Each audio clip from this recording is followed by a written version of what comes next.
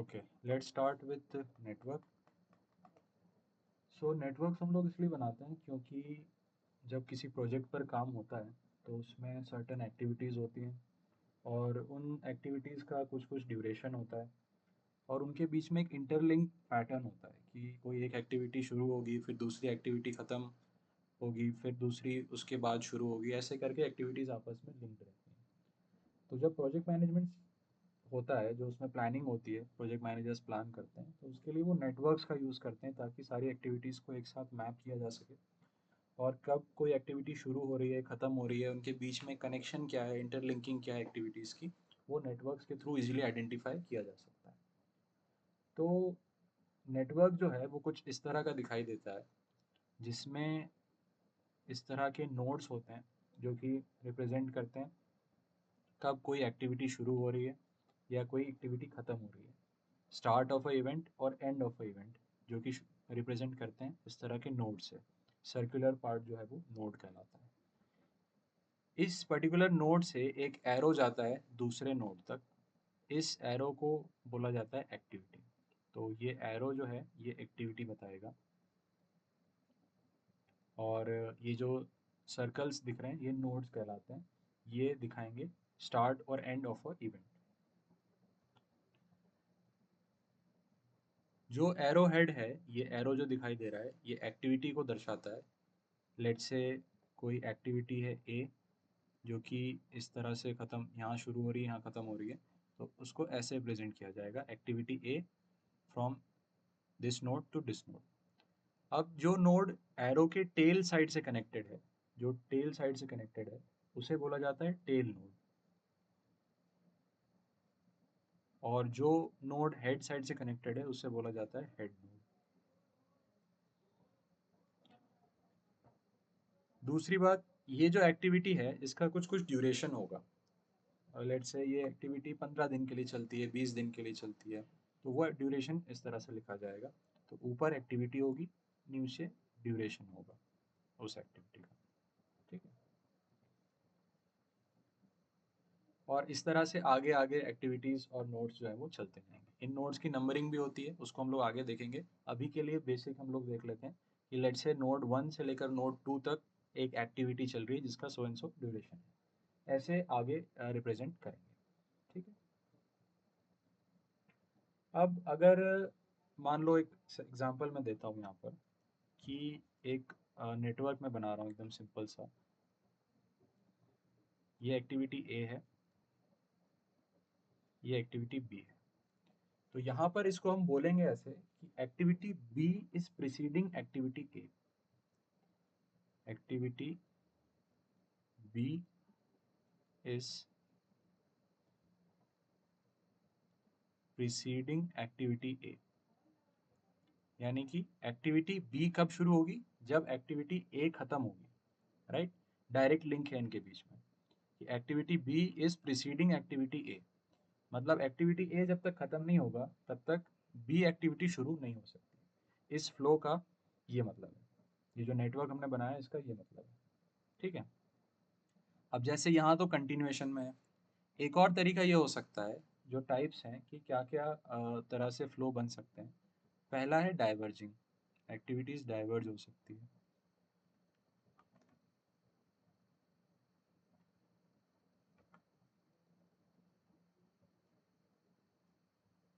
कैसे रिप्रेजेंट करेंगे डाइवर्जिंग वाले को? Let's say this is some activity A, ये इस नोड पर खत्म हो रही है और इसके बाद साइमल्टेनियसली दो एक्टिविटीज शुरू हो रही है, बी भी शुरू हो रही है और सी भी शुरू हो रही है। तो इस तरह से उसको रिप्रेजेंट करेंगे। This is known as diverging. दूसरा क्या हो सकता है? पैरेलल, कि कोई दो एक्टिविटीज जो है वो पैरेलली चल रही हैं साइड के ऊपर। Let's say this is some activity M, this is some activity N और एफ एंड जी। तो ये एक्टिविटीज़ जो हैं पैरेलली चल रही हैं। इसके पीछे और एक्टिविटीज़ थी, इसके आगे भी और एक्टिविटीज़ होंगी, पर ये दो एक्टिविटीज़ जो हैं ये पैरेलली चल रही है एक पर्टिकुलर नेटवर्क के अंदर। राइट। एक और तरीका हो सकता है कन्वर्जिंग वाला। थर्ड ऑप्शन है कन्वर्जिंग। इसमें क्या होगा, एक नोड से लेट्स से दो एक्टिविटीज इमर्ज हुई जो हमने यहाँ बताया था। अब ये दो एक्टिविटीज मिल करके एक नोड पे जा रही हैं। Let's say some activity x, some activity y, और ये दोनों अब फिनिश हो रही है और उसके बाद एक सिंगल एक्टिविटी हो रही है दैट इज z। तो ये इस तरह का फ्लो अगर है तो वो कन्वर्जिंग फ्लो होगा, राइट। तो ये बात हो गई कि हमारे किस किस तरह के फ्लो बन सकते हैं। अब आगे बात करते हैं क्या फ्लो में नहीं होगा,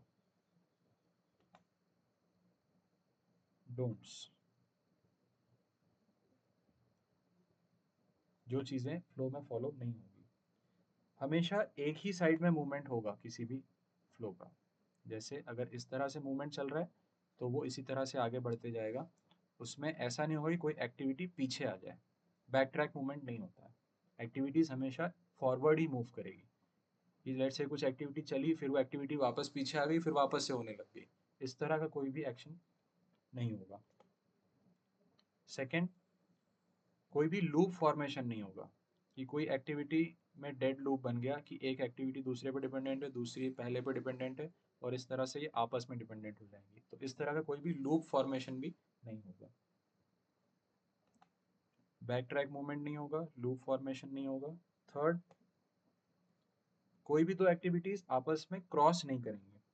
जो लूप है या जो नेटवर्क है वो कभी भी ऐसा नहीं दिखाई देगा कि कोई दो एक्टिविटीज जो है आपस में क्रॉस कर जाएं इस तरह से। इस तरह की क्रॉसिंग ऑफ एरोज भी कहीं पर नहीं होगी। अगर ऐसा कुछ बन रहा है एक्टिविटी में दिखाई दे रहा है तो ये सारा जो फ्लो है दैट इज रॉन्ग, इस तरह का कोई भी दिखाई नहीं देगा, राइट। तो ये बात हुई हमारी बेसिक्स की कि किसे एक नेटवर्क बोला जाएगा, एक नोड क्या होता है, एक एक्टिविटी क्या होती है और किस तरह से उनको रिप्रेजेंट किया जाता है। अब आगे हम लोग बात करते हैं इसके एक न्यूमेरिकल की, और उससे फिर हम समझेंगे कि कैसे एक फ्लो जो है वो डिज़ाइन होता है।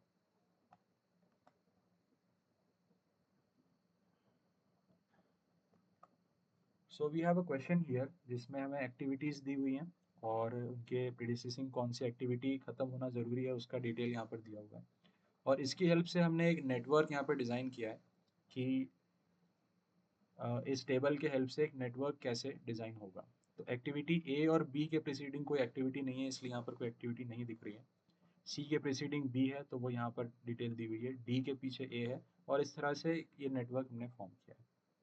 आफ्टर दैट नंबरिंग के लिए कॉन्सेप्ट होता है कि जब नोड्स की नंबरिंग होगी तो हमेशा जो टेल नोड पे नंबर है वो हेड नोड से छोटा होगा। तो any number in the head node will be smaller than the will be greater than the tail node. ये फॉर्मूला है, सिंपल सा एक कॉन्सेप्ट है, याद रखना जब भी नंबरिंग करनी हो, राइट। आगे चलते हैं, बात करते हैं कि इस नोड से हमें और क्या क्या इन्फॉर्मेशन मिलेगी। तो अभी हम काफ़ी छोटा नोड बना रहे थे, अभी हमें थोड़ा बड़ा नोड बनाना पड़ेगा क्योंकि इस नोड से हमें तीन इन्फॉर्मेशन मिलेगी। इस नोड से हमें तीन इन्फॉर्मेशन मिलेगी। क्या क्या इन्फॉर्मेशन मिलेगी, यहाँ पर हम लोग लिखेंगे इस नोड का नंबर जो कि कैपिटल एन से रिप्रेजेंट करेंगे। यहाँ पर लिखेंगे हम लोग E T, earliest event time, और उसके नीचे हम लोग लिखेंगे L E T, latest event time. तो this small n is E E T, जिसे बोला जाएगा अर्लीस्ट इवेंट टाइम। अब ज़्यादा डेफिनेशन और अंडरस्टैंडिंग में हम लोग नहीं उलझ रहे हैं, सिर्फ एक कोर अंडरस्टैंडिंग ले रहे हैं ताकि क्वेश्चंस हमारे आसानी से हो जाए और एक बेसिक आइडिया लग जाए। नीचे जो m है वो रिप्रेजेंट करेगा LET को, LET की वैल्यू m के बराबर होगी, इसका मतलब होता है लेटेस्ट इवेंट टाइम। तो एक नोड हमें तीन इंफॉर्मेशन देगा, एक तो कैपिटल N जो कि इसका नंबर रहेगा, नोड का नंबर, देन EET और LET। ठीक है, इतनी बात हो गई।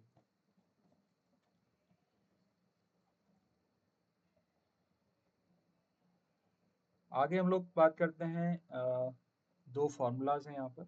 एक अर्लीस्ट फिनिश टाइम, EFT से रिप्रेजेंट करेंगे इसको, जिसका फॉर्मूला होगा EST प्लस ड्यूरेशन। और दूसरा है LST, जो कि होगा LFT plus duration. These are two formulas. And further,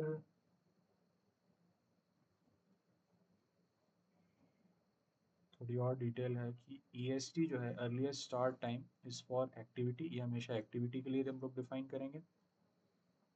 EFT, earliest finish time, ये भी एक्टिविटी के लिए डिफाइन होगा. लेकिन जो EET है, अर्लीस्ट इवेंट टाइम, या फिर LET है, लेटेस्ट इवेंट टाइम, दोनों ही नोड के लिए डिफाइन किए जाएंगे. तो ये दो चीज़ें नोड के लिए होंगी और ये दो जो चीज़ें हैं ये एक्टिविटी के लिए डिफाइन करेंगे, राइट. तो एक अगर एग्जांपल मैं यहाँ पर ड्रॉ करूँ, तो लेट्स से कोई एक्टिविटी है,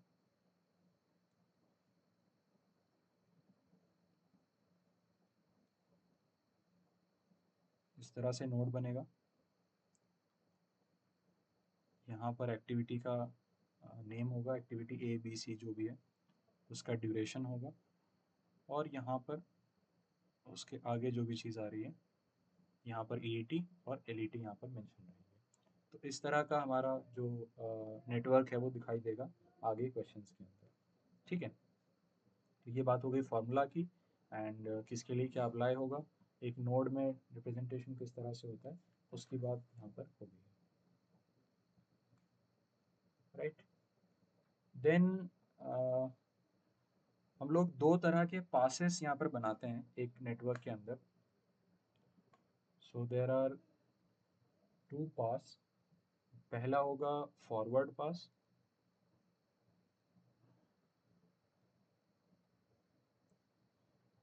सेकेंड विल बी बैकवर्ड पास.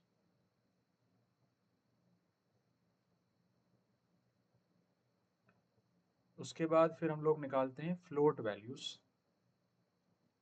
ये क्वेश्चन का फ्लो मैं बता रहा हूँ कि क्वेश्चन का फ्लो कैसा रहेगा. एंड फ्लोट वैल्यूज के बाद हमें फाइनली हमारा जो TPT है, टोटल प्रोजेक्ट टाइम, वो मिलता है. TPT is total project time.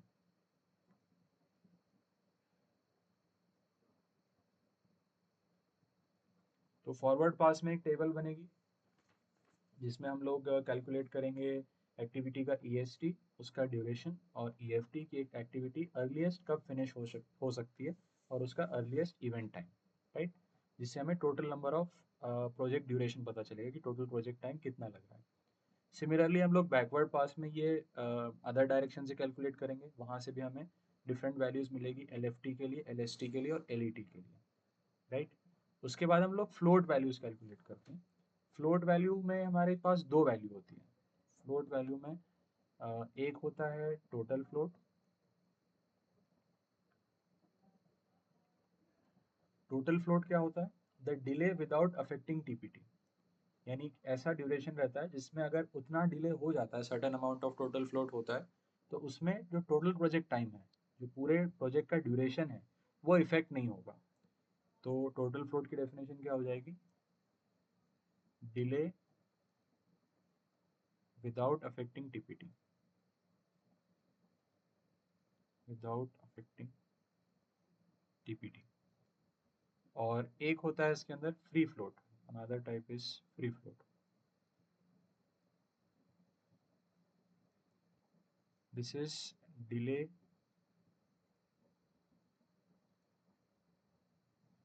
without affecting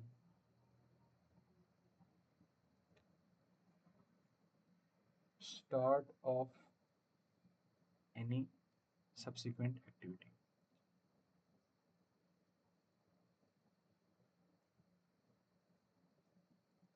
तो कोई भी एक्टिविटी जो है, मतलब एक फ्लोट अगर इस तरह का जो फ्री फ्लोट है, उसका मतलब है कि जो डिले किसी अपनी आगे वाली एक्टिविटी को डिस्टर्ब किए बिना या उसे अफेक्ट किए बिना जो हम लोग ले सकते हैं, that is free float time. और टोटल फ्लोट टाइम में without affecting the total project time. तो ये दो फ्लोट वैल्यूज हम लोग आगे कैलकुलेट करेंगे. First one is total float, second is free float. इनके फॉर्मूलाज भी मैं यहीं पे बता देता हूँ, फिर आगे हमें उसमें लिखना नहीं पड़ेगा, तो ये फॉर्मूलाज एक साथ सारे आ जाएंगे. पहला है फॉर टोटल फ्लोट, जब हम टोटल फ्लोट कैलकुलेट करेंगे।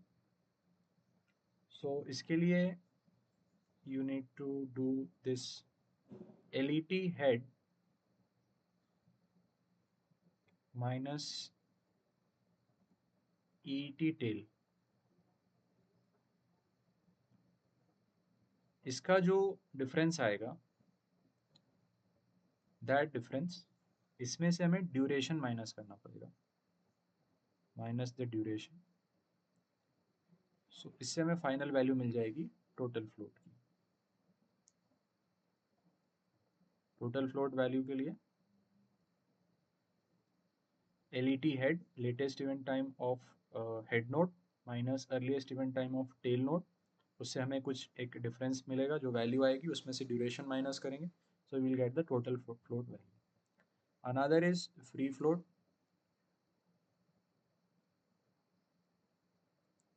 इसके लिए EET head, earliest event time at head node minus EET tail node, इससे हमें एक डिफरेंस वैल्यू मिलेगी, उसमें से भी ड्यूरेशन माइनस करेंगे, सो हमें फाइनली वैल्यू मिल जाएगी फ्री फ्लोट की।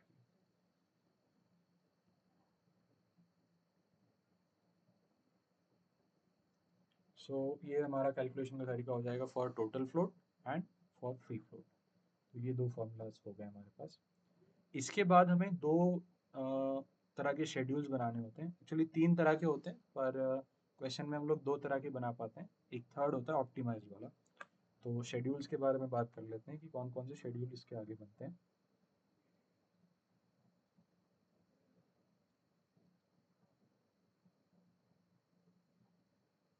We have early start schedule,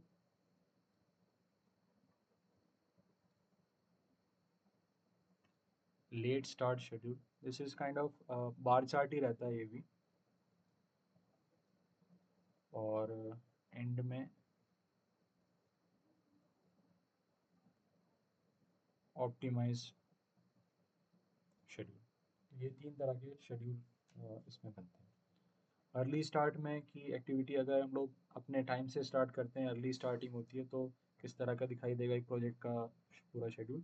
अगर लेट लेट टू लेट कितनी एक्टिविटीज़ जा सकती है, वो सबका जो डिस्क्रिप्शन है वो इसमें दिखाई देगा। तो ये बात हो गई हमारी रिगार्डिंग जो बेसिक रिक्वायरमेंट है फॉर डूइंग अ क्वेश्चन। अब इसी को हम लोग आगे बढ़ाते हैं। लेट्स से इसमें जो एक्टिविटीज़ है हमारी A to H, इसमें एक और ऐड हो जाएगा। एक क्वेश्चन हम लोग ले रहे हैं जिसमें आई भी है, विच इज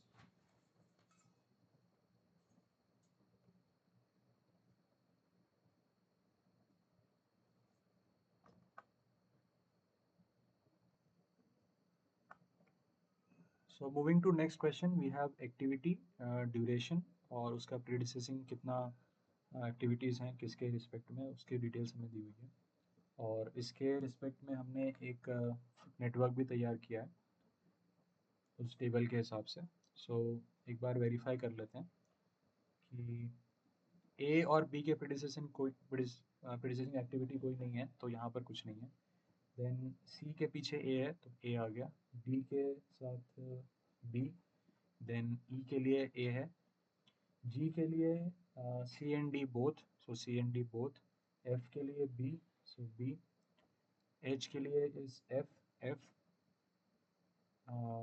आई के लिए जी and E, so ji and ई। तो इस तरह का कुछ फ्लो दिखाई देगा।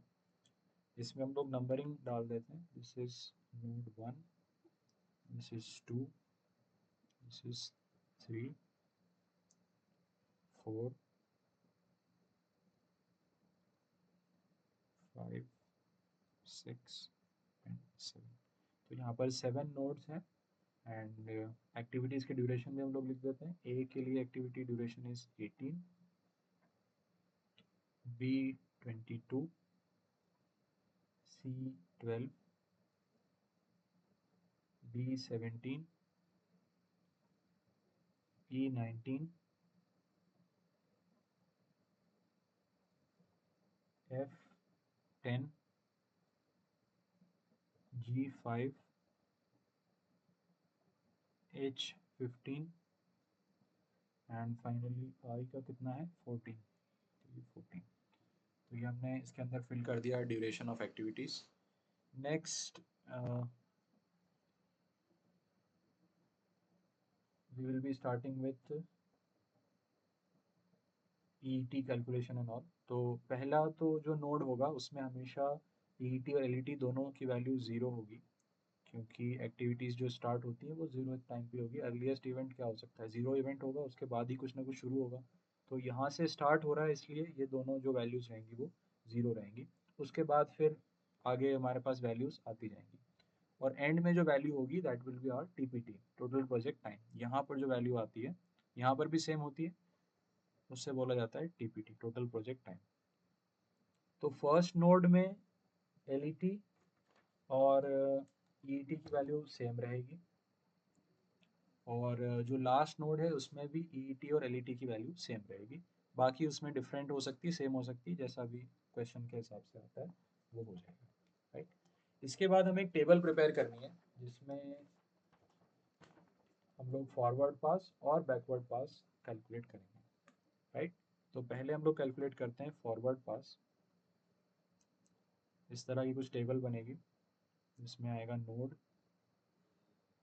एक्टिविटी, ईएसटी,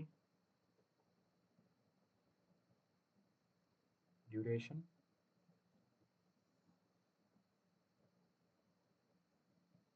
ईएफटी और EET, earliest event time. So these both are for activity, ये भी एक्टिविटी का ड्यूरेशन है। EFT भी एक्टिविटी का होएगा, अर्लीस्ट फिनिश टाइम, और EET earliest event time will be for the node, right. Nodes की नंबरिंग यहाँ पर हम लोग कर देते हैं, नोड 1 2 3 4 5 6 और 7, 7 नोड्स हैं। नोड 1 के प्रेडिसेसिंग कोई एक्टिविटी नहीं है, क्योंकि अभी हम लोग किसकी बात कर रहे हैं, फॉरवर्ड पास की बात कर रहे हैं। मैं यहाँ लिख देता हूँ, दिस इज फॉरवर्ड पास।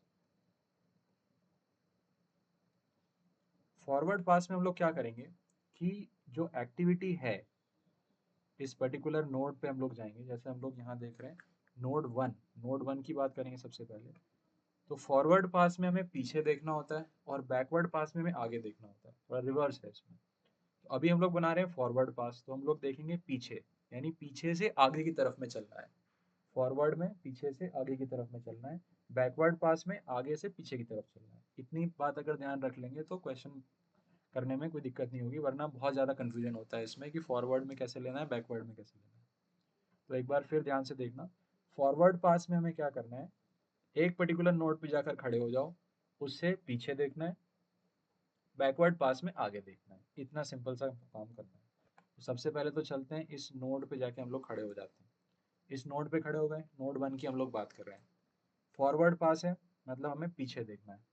पीछे देखो कोई एक्टिविटी दिखाई दे रही है क्या, नोड 1 के कोई एक्टिविटी नहीं है, इसका मतलब नोड 1 के करस्पॉन्डिंग फॉरवर्ड पास में कोई एक्टिविटी नहीं आएगी। यहाँ पर there will be no activity. तो एक्टिविटी नहीं है तो एक्टिविटी रिलेटेड चीज़ें भी ज़ीरो हो जाएंगी, और जो ईईटी नोड है वो भी क्या हो जाएगा, ज़ीरो हो जाएगा, क्योंकि यहाँ से तो हम लोग स्टार्ट कर रहे हैं, राइट। ओके, अब हम लोग चलते हैं नोड 2 के ऊपर। नोड 2 पर जाकर खड़े हो जाते हैं। अब नोड 2 पर जाएंगे तो उसके पीछे कौन सी एक्टिविटी है, एक्टिविटी ए है। तो नोड 2 पे कौन सी एक्टिविटी आ जाएगी, ए एक्टिविटी आ जाएगी। तो यहाँ पर हम लोग लिख देते हैं एक्टिविटी ए। सिमिलरली नोड 3 पर जाते हैं, नोड 3 से पीछे कौन सी एक्टिविटी है, बी है, तो यहाँ पर आ जाएगा बी, ठीक है। Next will go to node 4। Node 4 के पीछे देखो दो एक्टिविटीज आ रही हैं, एक सी भी आ रहा है, एक डी भी आ रहा है। तो नोड 4 पे हमें दो एक्टिविटीज के लिए साथ में काम करना होगा। तो नोड 4 में हमारी दो एक्टिविटीज साइमल्टेनियसली चलेंगी, that is C and D. थोड़ा मैं कॉलम्स डिवाइड कर लेता हूँ।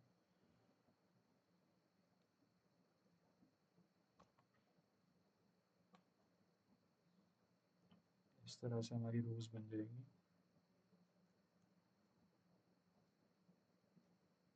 नोड 1 पे कुछ नहीं है तो सब ब्लैंक हो जाएगा।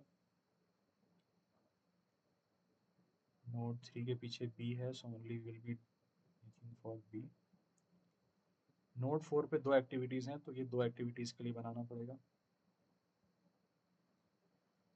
नोड 5 पे चलते हैं, 5 के पीछे एक ही है, दैट इज जी, तो ये एक बना देंगे जी। 6 पर देखेंगे,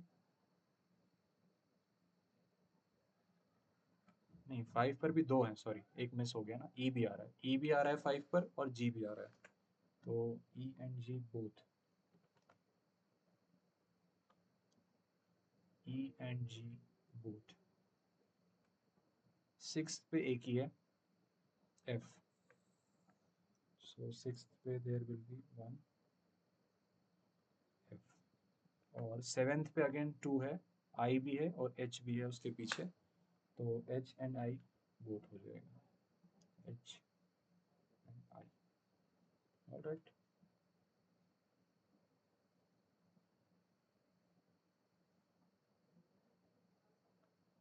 6th पे सिंगल है और 7th पे डबल है, ठीक है।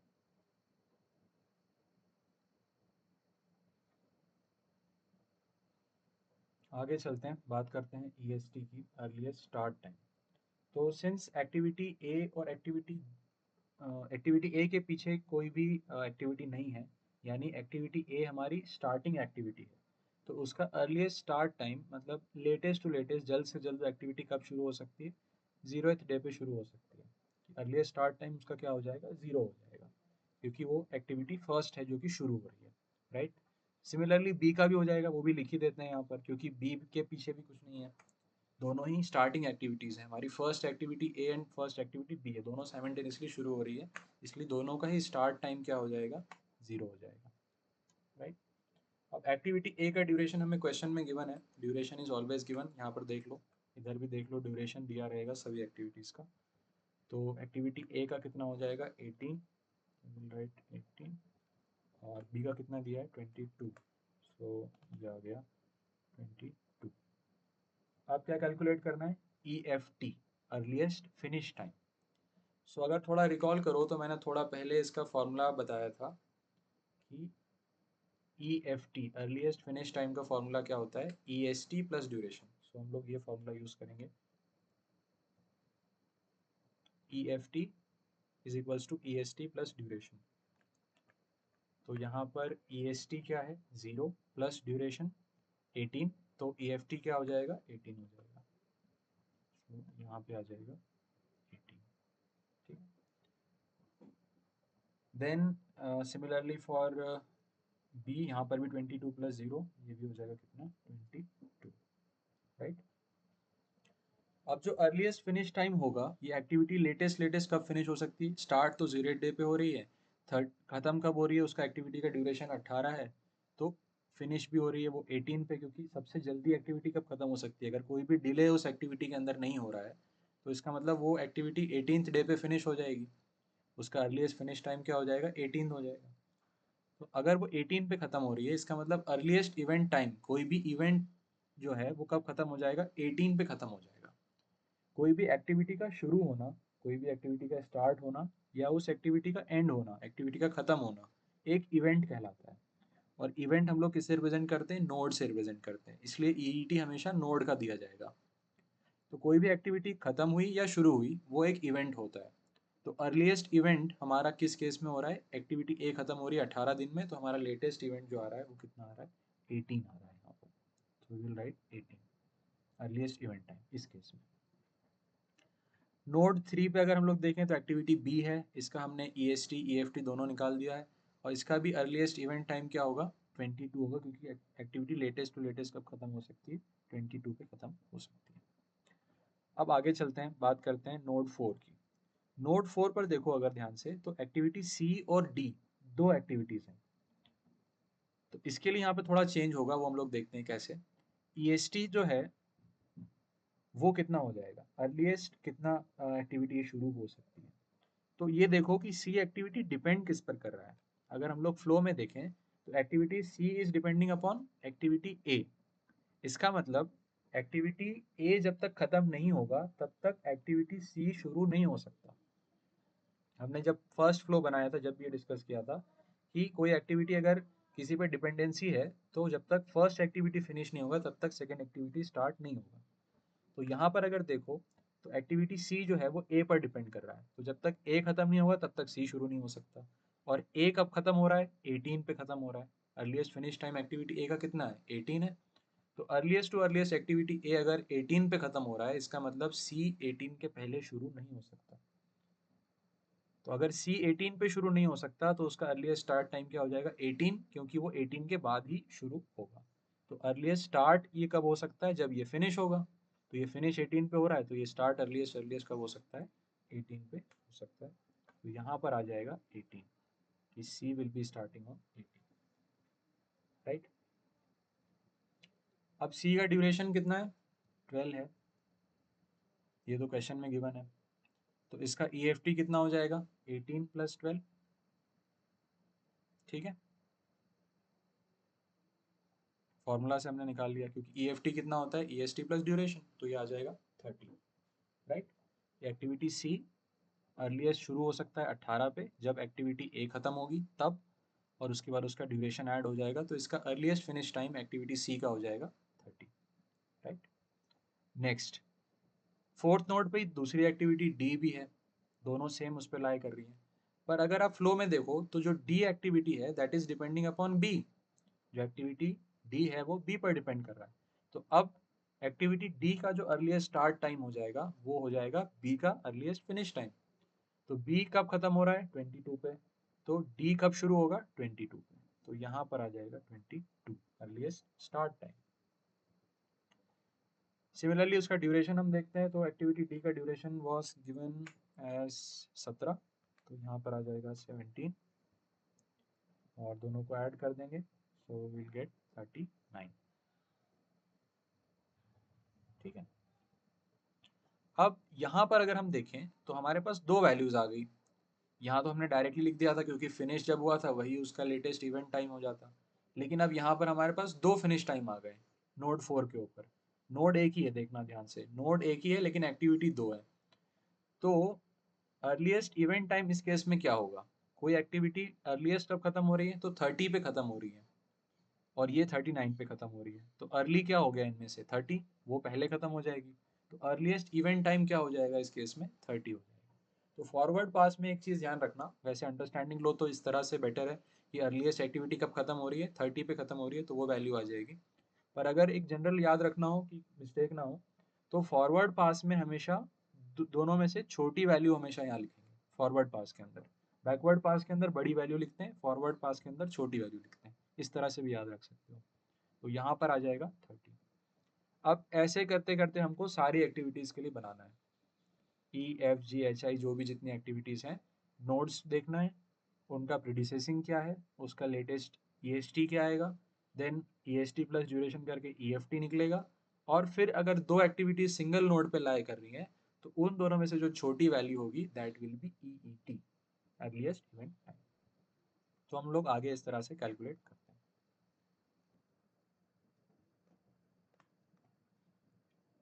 सो ये हमने कंप्लीट कर लिया पूरा टेबल फॉरवर्ड पास का।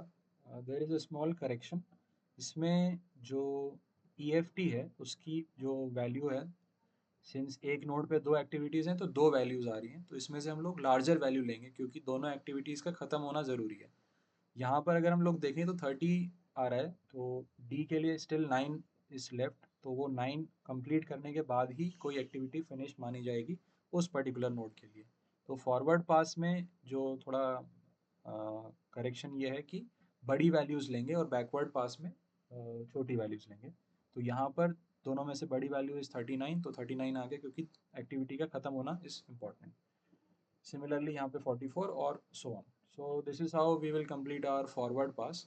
Moving to next, we are making backward pass, जिसमें जो कॉलम्स हैं वो तो सिमिलर है. तो शुरुआत करते हैं बनाना backward pass. So similarly we have node जैसा हमारा फॉरवर्ड पास में था, देन एक्टिविटी, देन ड्यूरेशन,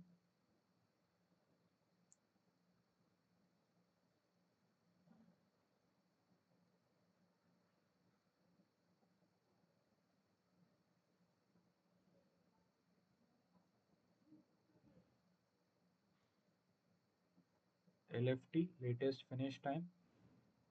इसको थोड़ा सा इस तरह से लिख लो तो आसानी रहेगी. पहले LFT कर लेते हैं, देन ड्यूरेशन,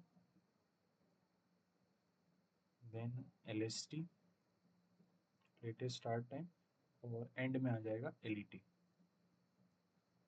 ठीक है. नोड अगर जैसे नोटबुक में स्पेस काफ़ी है तो वो एक साथ भी बन सकते हैं. मतलब अ, जो हम लोग ने फॉरवर्ड पास बनाया था उसी कंटिन्यूएशन में आगे कॉलम्स ऐड करके, और बैकवर्ड पास भी कंटिन्यूएशन में एक ही टेबल में बन जाएगा पूरा नोटबुक के अंदर. स्क्रीन पे मेरे पास स्पेस नहीं तो मैंने इसलिए दोनों अलग अलग पेज में बनाया. बाकी बेटर ऑप्शन वही रहेगा कि फॉरवर्ड पास और बैकवर्ड पास दोनों सिंगल टेबल में बन जाए, ताकि जो नोड है हमारे वो क्लियरली हमें दिख जाए वहाँ पे. अदरवाइज क्या होगा, दो बार बनाने में कंफ्यूजन ज़्यादा होगा. सो नोड वी हैव 1 2 3 4 5 6 और 7, 7 नोड्स हैं. राइट. अब ये जो है बैकवर्ड पास जो है ये नीचे से बनेगा. फॉरवर्ड पास हम लोगों ने नोड 1 से चालू किया था, ऊपर से बनाना शुरू किया था. बैकवर्ड पास जो है ये नीचे से बनेगा, नोड 7 से हम लोग ऊपर की तरफ जाएंगे. राइट. तो पहले हम लोग यहाँ पे खड़े हुए थे और फिर हमने पीछे देखा था. अब हम लोग यहाँ खड़े होंगे और फिर चलेंगे आगे की तरफ में, इस तरफ. मतलब इधर साइड से हमें ऐसे जाना है, देखना पीछे, यहाँ पे चलना पीछे और इस तरफ देखना है. ठीक है. तो अब बैकवर्ड पास हम बना रहे हैं, तो बैकवर्ड पास के लिए क्योंकि हम लोग पीछे से स्टार्ट करेंगे तो हम नोड 7 पे आके खड़े हो जाते हैं. सो ये हम लोग नोड 7 पे आकर के खड़े हो गए. और अब हमें बैकवर्ड पास बनाना है तो हम लोग जाएंगे बैकवर्ड, देखेंगे आगे. तो अगर नोड 7 पे अपन खड़े हैं और इसके हम लोग आगे देखें तो इसके आगे कोई एक्टिविटी नहीं लाई कर रही है. नोड 7 के आगे कोई भी एक्टिविटी नहीं है. इसका मतलब नोड 7 पे कोई भी एक्टिविटी नहीं आने वाली है. Node 7 will be having no activity. तो यहाँ पर हमारी एक्टिविटी कोई नहीं है. तो LFT ड्यूरेशन LST कुछ नहीं होगा, लेकिन लेटेस्ट इवेंट टाइम जो है वो latest sorry earliest event time के बराबर होगा, क्योंकि लास्ट नोड की हम बात कर रहे हैं. मतलब एक्टिविटी जो खत्म हो रही है या जो स्टार्ट हो रही है, जो इवेंट टाइम है वो एंड वाला, दैट विल बी 58. ये जब हम फ्लो बना रहे थे जब भी मैंने बोला था कि जो फर्स्ट नोड है उस पे दोनों वैल्यूज सेम होगी, और जो लास्ट नोड है उस पे भी दोनों वैल्यूज क्या होंगी, सेम होगी. अगर ये वैल्यूज सेम नहीं आ रही है इसका मतलब वी हैव सम फॉल्ट. तो ये दोनों वैल्यूज सेम आना जरूरी है एक नेटवर्क के अंदर. तो यहाँ पर 0 0 और यहाँ पर 58 58. यहाँ पर आ गया 58. ये बात हो गई हमारे 7th नोड की. अब हम चल रहे हैं किस पे, 6th नोड पे, यहाँ पर. अब वहाँ से हम लोग यहाँ आकर के खड़े हो जाते हैं. तो यहाँ पर कौन कौन सी एक्टिविटी लाई कर रही है 6th पे. इसके आगे देखें हम लोग तो एक ही एक्टिविटी है, दैट इज H. तो हम लोग इसमें लिख देंगे H. Activity is H. Right. अगर इसका लेटेस्ट फिनिश टाइम देखें तो that will be latest event time के बराबर, क्योंकि लास्ट एक्टिविटी है तो उसका जो पहले वाला टाइम रहेगा वही उसका फिनिश टाइम भी रहेगा, एक पहले आ जाएंगे. तो यहाँ पे आ जाएगा 58. राइट. इस एक्टिविटी का ड्यूरेशन कितना है, 15 है. सो हम लोग लिख देंगे 15. अब एक फॉर्मूला मैंने बताया था इसके पहले कि LST is equals to LFT plus duration. Sorry यहाँ पे प्लस नहीं आएगा, माइनस आएगा. इसको थोड़ा सा करेक्ट कर लेना. This is minus LFT minus duration. LFT में प्लस होगा, EST प्लस ड्यूरेशन, और LST लेटेस्ट स्टार्ट टाइम जो है that will be latest finish time minus duration. ये फॉर्मूला वहाँ पर हम लोग लगाएंगे कि LST is equals to LFT minus duration. इसलिए मैंने कॉलम एक्सचेंज किए ताकि यहाँ पे सॉल्व करने में आसानी हो, लिखने में आसानी हो। तो यहाँ पर आ जाएगा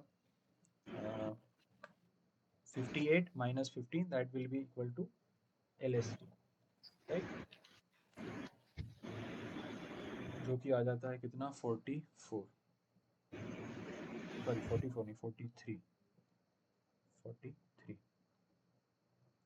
सो ये हमारा हो गया LST। LET की बात करें तो सिंस एक ही LST है तो लेटेस्ट इवेंट टाइम भी वही होगा, तो दिस विल बी 43। मैं डिविजन्स क्रिएट कर लेता हूँ यहाँ पे ताकि थोड़ा क्लैरिटी रहे। तो ये बात हो गई हमारे नोड 6 की। अब हम चलते हैं नोड 5 के ऊपर। नोड 5 पर अगर हम देखें तो यहाँ पर हमारे आगे साइड एक एक्टिविटी है आई।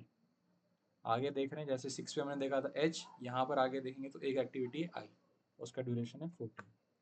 तो 5 नोड जो है, 5th नोड जो है, इसके लिए एक्टिविटी आ जाएगी आई। उसका लेटेस्ट फिनिश टाइम अब क्या हो जाएगा,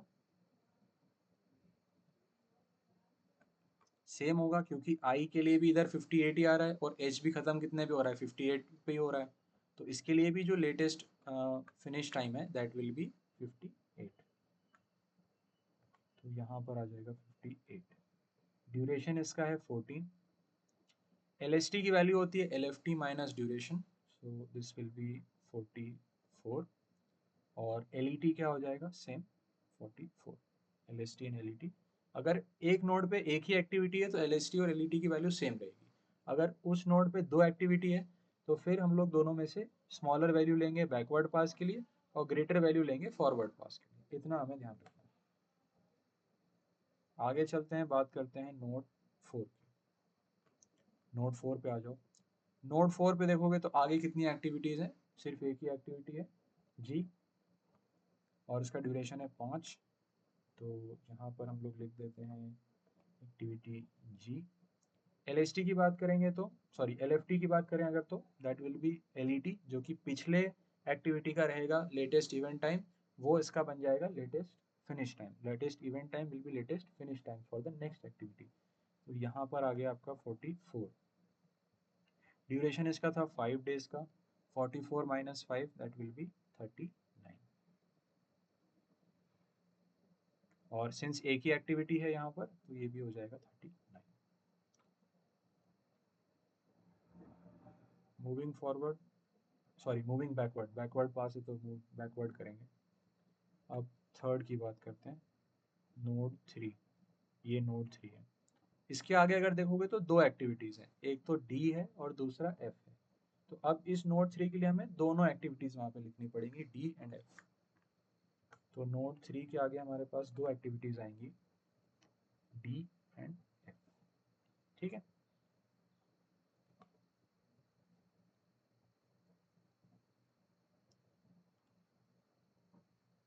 अब इसमें अगर हम बात करें लेटेस्ट फिनिश टाइम की, तो डी के लिए क्या हो जाएगा,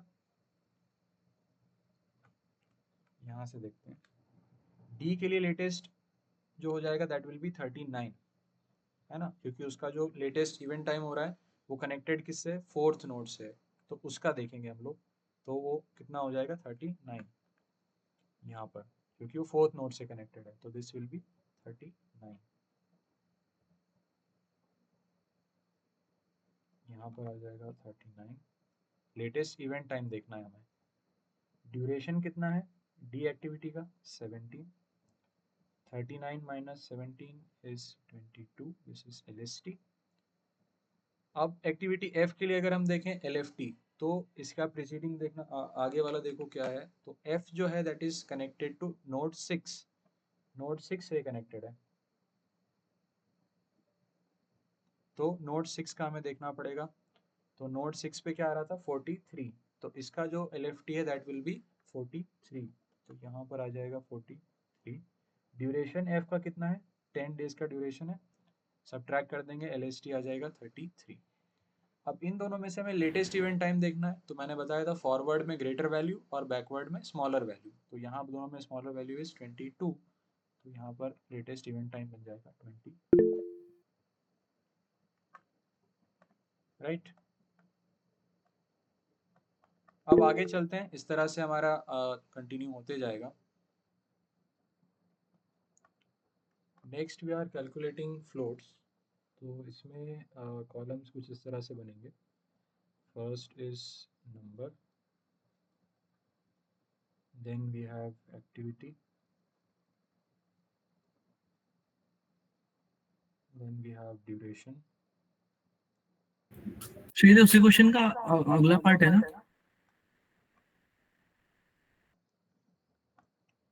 duration, and further we have EET, LET of tail node, and EET, LET of head node.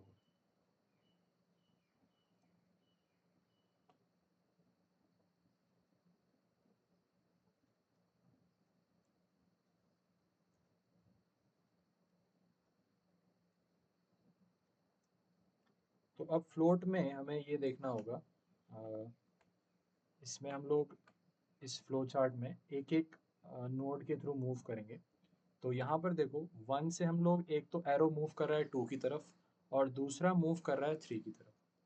तो पहली एक्टिविटी जो है हमारी, यहाँ पर अगर हम देखें तो एक्टिविटी ए है, then activity B, C, D, E, F, G, H and I. तो ए के लिए कौन सा नंबर है, 1 से 2, फिर बी के लिए है 1 से 3। यहाँ पर देखते जाना, नोड नंबर की बात हो रही है। 1 से 2 एक्टिविटी ए है, एक्टिविटी बी क्या है, 1 से 3 है। एक्टिविटी सी देखोगे तो 2 से 4 है, 2 से 4। Activity C is 2 to 4। Similarly activity D is 3 to 4। ऐसे करके सारे ये नंबर बनेंगे और एक्टिविटी बनेगी। ड्यूरेशन तो हमारे पास ऑलरेडी क्वेश्चन में गिवन रहता है, जैसे ए का 18 है, बी का 22 है। सिमिलरली हम लोग उसको करते जाएंगे। E T L E T भी उस नेटवर्क में से देख देख के हम लोग भर देंगे।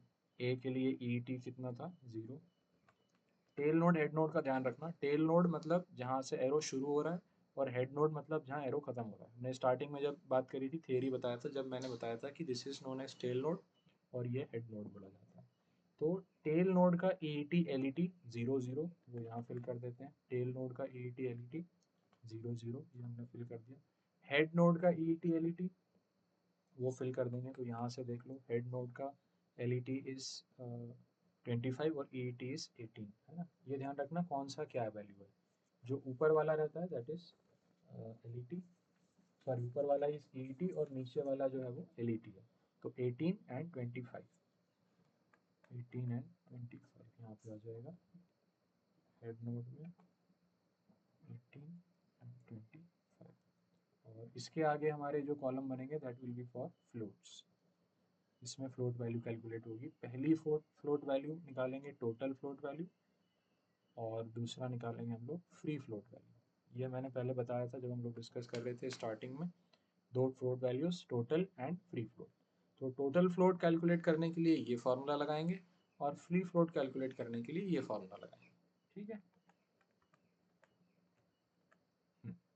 तो ए के लिए मैं कैलकुलेट कर देता हूँ, बी के लिए कर देता हूँ, सिमिलर फैशन में सारी एक्टिविटीज़ के लिए हो जाएगा। दो के लिए हम लोग देख लेते हैं कि फ्लोट वैल्यूज़ कैसे कैलकुलेट करनी है, राइट। ओके, तो ए के लिए अगर हम लोग देखें तो टोटल फ्लोट वैल्यू अभी हमने निकालनी है। टोटल फ्लोट वैल्यू का फॉर्मूला क्या होता है, मैं यहीं पे सॉल्व कर देता हूँ, बाद में टेबल उस जगह पर आ जाएगी।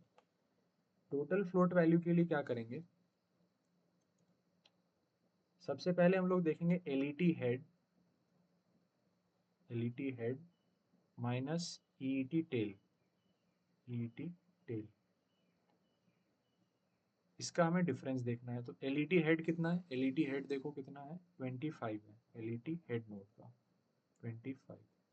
और EET tell, EET tell is 0, तो ये आ गया 0। इन दोनों को इनका डिफरेंस लेना है, तो डिफरेंस कितना है, 25। अब इस डिफरेंस में से हमें ड्यूरेशन माइनस करना है, हम लोग इसके अंदर से ड्यूरेशन माइनस करेंगे। तो ड्यूरेशन कितना है, 18 है, तो 18 इसके अंदर से माइनस होगा, तो फाइनली हमारे पास कितना बच जाएगा, 7। तो ये जो 7 वैल्यू आई है, this is our total float value, तो ये यहाँ पे आ जाएगा 7। ठीक है, फ्री फ्लोट कैलकुलेट करते हैं। फ्री फ्लोट का फॉर्मूला क्या था, EET head minus EET tell. EET head कितना है, ईईटी हेड देखेंगे इस 18, तो 18 और माइनस ईईटी टेल इज 0, तो ये 0 सब्ट्रैक्ट कर देंगे तो डिफरेंस आ जाएगा 18। इसमें से अगेन ड्यूरेशन माइनस होगा, ड्यूरेशन कितना है, 18 ही है, तो ये 18 माइनस 18 0, तो फ्री फ्लोट की वैल्यू आ जाएगी यहाँ पे 0। ठीक है, फाइन। सिमिलरली हम लोग देखते हैं बी के लिए, बी के लिए भी फिल कर देते हैं। तो यहाँ पे मैं डायरेक्टली फिल करते जा रहा हूँ उस फ्लो चार्ट जो हमने नेटवर्क बनाया उसमें से देख देख के। तो बी के लिए ई टी टेल की वैल्यू इज 0, ये भी 0 रहेगा, और ये ई टी ये भी 22 है, ये भी 22 है, राइट। अब यहाँ पे अगर देखो तो दोनों वैल्यू सेम है, ई टी और एल ई टी की, तो यहाँ पे टोटल फ्लोट और फ्री फ्लोट की वैल्यू जो है वो इक्वल आने वाली है। फिर भी हम लोग एक बार कैलकुलेट करके यहाँ पे मैं दिखा देता हूँ तो सही रहेगा। सिमिलर फैशन में पूरा टेबल यहाँ पर बन जाएगा जिससे हमें क्रिटिकल पाथ मिलेगा। तो जो फॉरवर्ड पास और बैकवर्ड पास है उससे हमें टीपीटी मिलता है, और फ्लोट से हमें क्रिटिकल पार्ट बनाते हैं, और बाकी जो टाइम ड्यूरेशन पता चलते हैं कि किस एक्टिविटी के लिए कितना फ्लोट अवेलेबल है, टोटल कितना अवेलेबल है और फ्री कितना अवेलेबल है। अब बात करते हैं बी के लिए। तो बी के लिए एल ई टी हेड यहाँ पर देखें हम लोग तो that is 22। E E T tell की बात करें तो दैट इज 0, तो इन दोनों को माइनस कर देंगे तो 22 आ जाएगा। माइनस हमें करना है ड्यूरेशन, तो ड्यूरेशन इज 22, तो 22 final value of total float will be 0, तो ये 0 लिख दिया। फ्री फ्लोट निकालते हैं, ई ई टी हेड कितना है, 22 है, ई ई टी टेल कितना है, 0 है, तो ये 0 आ जाएगा। ड्यूरेशन इज 22, एक मिनट, 0 नहीं, ये 22 आएगा यहाँ पे, एंड ड्यूरेशन सब्ट्रैक्ट कर देंगे तो फाइनली फ्री फ्लोट की वैल्यू भी कितनी आ जाएगी, 0। यहाँ पर फ्री फ्लोट की वैल्यू भी आ गई है 0। तो इस तरह से फॉर्मूला लगाते जाना है और टोटल फ्लोट और फ्री फ्लोट की वैल्यू कैलकुलेट करते जाना है। तो ऐसे टेबल कंप्लीट हो जाएगा। Once we complete the table उसके बाद फिर मैं क्रिटिकल बात बताऊंगा कैसे। So after completion of the table हमें ये टोटल फ्लोट और फ्री फ्लोट की वैल्यूज़ मिल जाएगी। अगर इन वैल्यूज़ को ध्यान से देखोगे तो यहाँ पर कुछ जो एक्टिविटीज़ हैं उनके लिए जो total float and free float है उसकी वैल्यू दोनों केस में 0 आ रही है। यहाँ पर 0 आ रही है, यहाँ पर 0 आ रही है, यहाँ पर और यहाँ पर। तो ये जो 4 एक्टिविटीज़ हैं ये हमारा क्रिटिकल पाथ डिसाइड करेंगी। क्या डिसाइड करेंगी, क्रिटिकल, 2 बार लिख दिया था मैंने,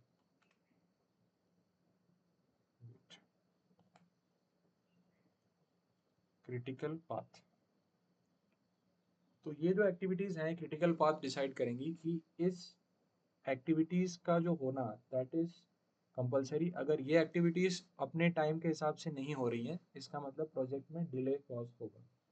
तो कौन कौन सी एक्टिविटीज़ हैं वो, एक तो बी है, दूसरा डी है, देन जी है, और लास्ट में आई है। ये 4 एक्टिविटीज़ गवर्न कर रही हैं टोटल प्रोजेक्ट को। अगर ये एक्टिविटीज़ सही समय से हो रही हैं तो वो हमारा क्रिटिकल पाथ बन जाएगा कि इस पाथ के अलॉन्ग अगर हमारा एक्टिविटीज़ सब कुछ सही है तो प्रोजेक्ट बराबर है, अदरवाइज हमारे प्रोजेक्ट में डिले है। और बाकी जो एक्टिविटीज़ बच रही हैं जैसे ए है, सी है, जो बाकी एक्टिविटीज़ हैं इसमें we have certain number of days extra कि इतना डिले हो सकता है, इतना फ्लोट टाइम हो सकता है। जैसे एक्टिविटी ए की अगर मैं बात करूँ तो उसका टोटल फ्लोट 7 है। इसका मतलब 7 डेज का टाइम या 7 जो भी टाइमिंग है वो हम लोग ले सकते हैं without delaying the TPT, total project time को अफेक्ट किए बिना एक्टिविटी ए जो है वो 7 का डिले कर सकती है, राइट। अब इस क्रिटिकल पाथ को हमें हमारे नेटवर्क पर शो करना है, तो उसको हम कैसे शो करेंगे वो मैं बता देता हूँ। तो एक्टिविटी बी जो है वो क्रिटिकल पाथ के अंदर आ रही है, तो दिस पार्ट यहाँ से एक्टिविटीज़ हमारी शुरू हो रही हैं, ये हमारा क्रिटिकल पाथ बनेगा। किसी डार्क कलर से या दूसरे कलर से इसको ड्रॉ कर देते हैं। देन बी के बाद किस में था, 0 0 डी में था, तो बी के बाद डी आ जाएगा।